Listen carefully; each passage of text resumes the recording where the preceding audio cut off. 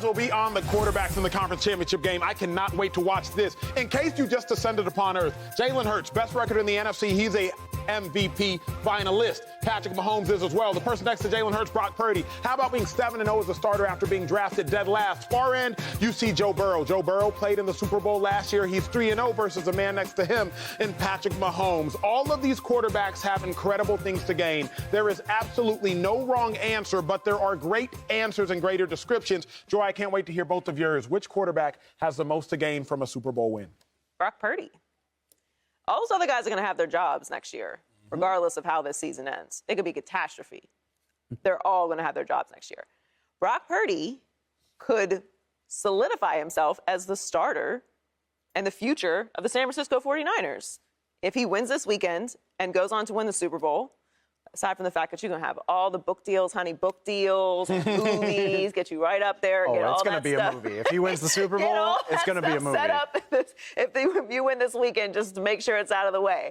But he can solidify and end the conversation, any conversation about Trey Lance coming in and potentially winning the starting job. I cannot see how you could win a Super Bowl as a rookie and come into training camp next year and not be the guy in San Francisco, even with the draft capital that they used for Trey Lance, particularly because it's been a while since we've seen Trey Lance, but there were not very high reviews on Trey the last time that we saw him play and then going into the season.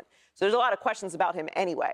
So he has absolutely the most to gain. And because he's played so well down this stretch, it's not like he's come in for 1 or 2 games and been able to hold it together. We have a significant sample size that he is very capable. And he's won multiple playoff games. This weekend and going on to win the Super Bowl would be the biggest for Brock Purdy this weekend. I love that answer. I will suggest a different one. I will say Jalen Hurts. And the reason I'll say Jalen Hurts is while Brock Purdy is playing to be a starter and everything that comes with that, I think Jalen Hurts is playing for $200+ million. Like, that's what Hurts is playing with. For context, Jalen Hurts was not a first-round pick. What does that mean and why is that such a huge deal? There is no fifth-year option to pick up. You can't get Jalen Hurts for 5 years for $19 million in that 5th year. Howie Roseman, general manager of the Eagles, will be forced to make a decision and forced to make a decision quickly. Jalen Hurts will go into his 4th year next year. If Hurts wins a Super Bowl MVP, LeSean McCoy, you played for the Eagles, I played for the Eagles. He wins a Super Bowl and a Super Bowl MVP, Howie's going to have to cut the check. And it's not going to be a small check. Not to mention, you got to find a way to find leverage over an NFL organization while you can.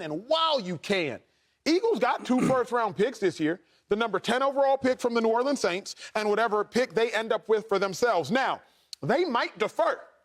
They might just trade that first-round pick, get another couple first-round picks for the following years. You never know what that mad scientist Howie Roseman is up to. But Jalen Hurts can end all that deference if he wins the Super Bowl, wins the Super Bowl MVP, give him $200 million. There is no arguing. He's the quarterback of the future. That's why I say Hurts. But, Shady, where you stand? Most to gain from this run? Arrowhead. I'm going Patrick Mahomes. Ooh. I like that. All the quarterbacks on this list are chasing what Patrick already has. So we'll see after the game. He's chasing legacy, right? There's only 3 quarterbacks that have 2 or more Super Bowl wins and 2 MVPs. If Patrick Mahomes wins this game, it'll be the 4th. Wins the Super Bowl. So my thing is, like, he's chasing legacy. All the regular stuff is cool. I want to be mentioned with Tom Brady. Who's mentioned with Tom Brady right now? Montana. He got 4 rings? 4 rings. Pat is the fastest and closest to joining Tom Brady.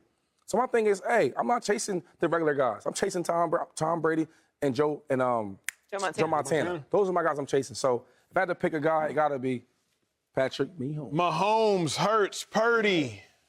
I think it's Purdy. Maybe I'm too practical for my own good, but I'm with Joy. Like, Brock Purdy's career is still on the line. I love what you just said about Mahomes because it's true. Like, he needs to get that 2nd Super Bowl to really join that conversation that transcends era. But Patrick Mahomes' legacy is secure, right? I mean, losing Sunday, losing in the Super Bowl isn't going to change what we think about him. Joe Burrow, the Bengals would be foolish not to run to cut him whatever check he wants. He's going to at least have 1 or 2 more years with Jamar Chase and T. Higgins before they got to blow that up. Jalen Hurts is the same way. I hear what you're saying, Acho, but, like, he's a second-team All-Pro. Like, he's played well enough. He has altered his future. Like, one way or the other, whether it's with the Eagles or somebody else, he's going to get money to play quarterback at some point. He's going to get to run it back next year. We'll see what happens, but like they're going to be in place to run it back with A.J. Brown and Devontae Smith and all these guys. Like the Eagles will be good again next year. Jalen Hurts has earned his future for better or for worse. Brock Purdy, the 49ers don't. I mean, of course they want him to be their starter if he delivers them a Super Bowl, but like the Niners invested a lot in Trey Lance. Like teams don't like looking wrong about major gambles. And I don't think you can say that he has assured himself of that place as the 49ers starter. If this goes poorly for him, can't you imagine Brock Purdy being the answer to a trivia question in like 6 years if it blows up in his face? I know that sucks, and I'm not trying to take any credit. I very much don't think that he will fall apart in this game. I don't know if the Niners will win, but I think he'll play well. But if he doesn't, yeah, you could be looking at a scenario where it's like, man, this was a really fun ride, but we used all these picks to draft a guy in the top 5, and we got to go away from him. The rest of these guys are going to be quarterbacking these teams next year. My thought process. Can't say that about Brock Purdy. To Brock Purdy, because Brock Purdy was my secondary answer. Shady, interested in your input as everybody's is. Brock Purdy can win a Super Bowl MVP, and I do believe he will likely be safe next year. But if we have doubts about talent at quarterback, even a Super Bowl MVP only makes you safe for a year or two. Like Joe Flacco won Super Bowl MVP with the Baltimore Ravens, and that made him safe for about 3 years. Right. Nick Foles made a lot of money those 3 years. He did. He absolutely did. Now, remember, that was in his 5th year, so he had to make money. It was at the end of his contract. Nick Foles won Super Bowl MVP. Clearly, the Eagles did not choose him. The Jacksonville Jags did. They paid him $88 million. But after 1 year in Jacksonville, they were like, you know what? We're good on you. Yeah. He goes to Chicago. Chicago's like, you know what? We're good on you. But you had the first-round quarterback after that. He goes to the Colts. The Colts are currently like, you know what? We're kind of good on you. And Nick Foles was Super Bowl MVP just 5 years ago. So that's my only question of like, that does grant Purdy immunity for a year or two. But Joy, when you think about Trey Lance and everything they gave up for Trey, do you think if Purdy has an incredible run that he is in fact going to be the man for the foreseeable future? You know, he should be.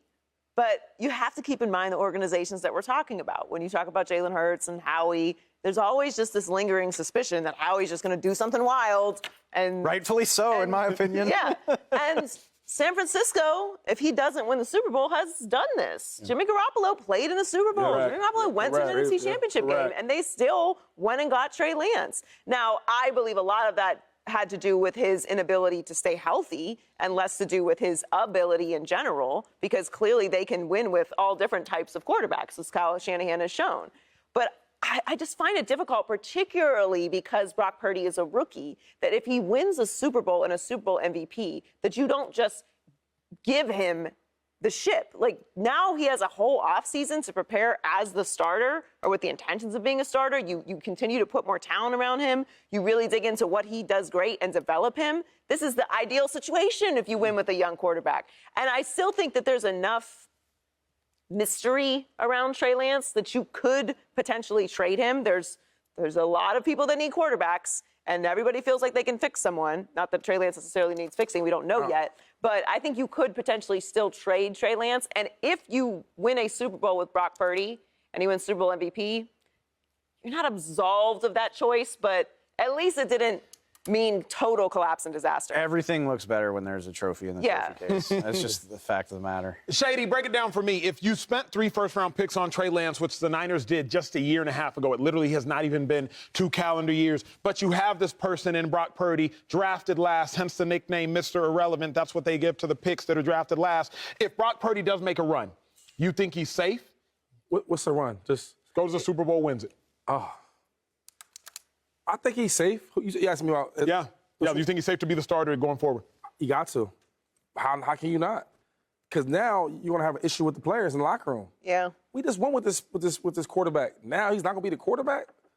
Then Kyle Shanahan, I think we all respect him, but you got guys like Trey Williams who he's real respected too. Debo Samuels, he's really respected. So now you don't have an issue and cause chaos in the locker room, and that can cause that. Can I ask you what happens in a situation like that? Because we all know there's no real loyalty in professional sports. Like, we all know that. We buy into it, rah, and you go on the run, and you all love each other and the fans and all that. But at the end of the day, it's a business, and everybody should treat it as such. Right. But when someone does something, say, obviously we're speaking in hypotheticals here, Brock Purdy wins the Super Bowl and Super Bowl championship, And he has played well. Like this, taking out this last game where his stat line wasn't that impressive. He's played well down this run. What does that do for the energy around the team? Because I do think, him. Both of you, like what you do have to reward people for playing at a high level. And Brock Purdy is a dog. It's not like they really respect him. You know what's He's a rookie. What's fascinating to me though, and Shady, you speak to it, I'll speak to it from my vantage point, is this. There's always stuff going up on the upstairs floors that athletes, when the players don't have nearly as much of an idea about. Like, we'll be like, yo, wait, why'd you draft him? I remember 2013, 2014, Eagles drafted outside linebacker Marcus Smith in the first round. I'm like, wait a second. You have Brandon Graham and you have Connor Barwin. Wait, why'd you draft him? Yeah. Like, there are just some decisions that's like, you know what? Y'all are doing things that we got. Wait, you traded LeSean McCoy. Wait, why'd you do that? What is happening So there's certain things that are there, I think, puzzle pieces that are moving, which is why Brock Purdy, regardless of if he wins a Super Bowl MVP, Shady, I think he does still have limitations. Yeah. And that's why I don't know if he's safe, because regardless, Shanahan's going to say, well, he does still have limitations that Trey Lance allegedly doesn't have. But I do think your second year is always your best year as far as development. Yep. He's a rookie. Like, he's playing great to be a rookie. Phenomenal. Phenomenal. So now your second year, you get even better. Yep. Where I didn't really see a lot from Trey Lance. And then, even speaking on what you asked me about, on certain teams, like if we're doing well and then we lose, right? Playoff game where we should have won. Now, coaches, they'll start doing things, or the front office. Let's trade this guy, let's cut this guy. And that's kind of okay because you're trying to find an answer. Right. When we have success, right, that you didn't expect, and you start moving pieces around, that's when you cause chaos in the locker room. Like Chip Kelly's the only coach that I ever dealt with where I was the guy. Now, the Bucs, I want a guy, so it didn't really matter. Or even the Chiefs, it didn't matter. But, like, with the Bills, the Eagles, I would have Andy Reid call, hey, look, we're thinking about doing this and that. How you feel about it? What you think the guys will feel about it? Michael Vick may call us, hey, coach wants to talk to us. We'll do a three-way. Me, him, Deshaun Jackson, Chase, and Peters. And we've had these conversations. It'll be quick. Now, our decision didn't make the final factor if it's going to happen. But he wanted input. Right. Same thing when we drafted Josh Allen, the captains was me, Kyle Williams, and Lorenzo Alexander, yes. So. And he said, hey, Josh said some things, racial comments, right? Yep. And he was younger, though. I think he was repeating a rap, right? Kid, anyway. And he said, how do you think the players will feel about this? And we all gave our input. We said, hey, we need a quarterback bad. He's got a lot of talent. So certain coaches, the successful ones, they do these type of things. And the ones that don't, or they're not successful, like the Chip Kellys that get cut after 2-3 years, those are guys that don't ask the input of the players.